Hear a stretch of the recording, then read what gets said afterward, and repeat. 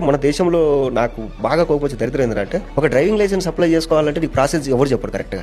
Broker దగ్గరికి వెళ్తే వాడన్నా 3,000 అవుతుందంటే వాడు చేసేస్తాడు. అవును. ఒకటి ఏదైనా నీకు ఆన్లైన్ లో ఒక వెబ్సైట్ లో నువ్వు చేసుకోవాలంటే తెలియదు, ఎక్కడికి పోవాలి, మీ సేవకి వెళ్ళిపోండి అంతే. నువ్వు బీటెక్ చదివి ఉంటావు, మీ సేవలో చేసేటోడు ఇంటర్ చదివి ఉంటాడు, నువ్వు వెళ్ళి వారితో పని చేయించుకుంటావు.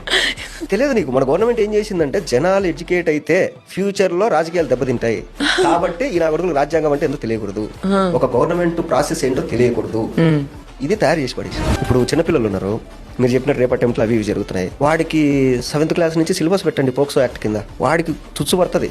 అరే మనం వెళ్ళి పొరపాటున ఒక అమ్మాయిని గెలిపితే మనం 7 years జైలు వేస్తారంటరా అని ఒక భయం వాడికి ఏర్పడితే వాడు ఎందుకు వెళ్తాడు? నువ్వు ఎప్పుడు చేస్తున్నావు? వాడికి ఏమీ తెలియకుండా వాడు తప్పు చేసినప్పుడు తీసుకొచ్చి వాడి మీద సెక్షన్ 320 సెక్షన్ 240 అని చెప్తే వాడికి ఆ సెక్షన్ కూడా తెలియకుండా నువ్వు తీసుకెళ్లి జైలు వేసేస్తావు. వాడు ఆ తప్పు చేసిన తర్వాత సెక్షన్ గురించి తెలిసిన తర్వాత నువ్వు ఎడ్యుకేట్ చేస్తున్నావు. అంటే మన వాళ్ళు ఎట్టుంటారంటే చనిపోయిన తర్వాత భగవద్గీత తినిపించినట్టు చచ్చిపోయిన శవానికి వాడు పూజ చేసిన తర్వాత నువ్వు సెక్షన్ ఎక్స్ప్లెయిన్ చేస్తావు. వాడికి తప్పు చేయకముందు నువ్వు సెక్షన్లు చెప్తే వాడు తప్పెందుకు చేస్తాడు?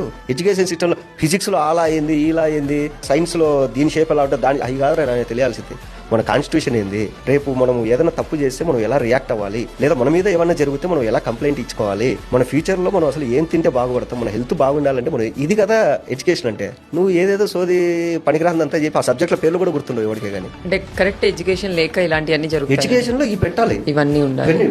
నేను చిన్నప్పటి నుంచి ఫిజిక్స్ చదువుకున్నాను. ఏ ఫిజిక్స్ లో మీరు నేను ఫాలో అవుతాం?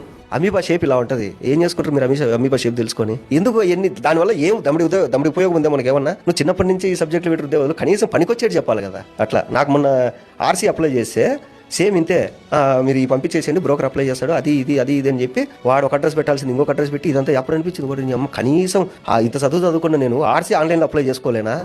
ఇంత దరిద్రంగా తయారు చేశారు కదా మన ఎడ్యుకేషన్ సిస్టమ్ నన్ను అనిపిస్తుంది.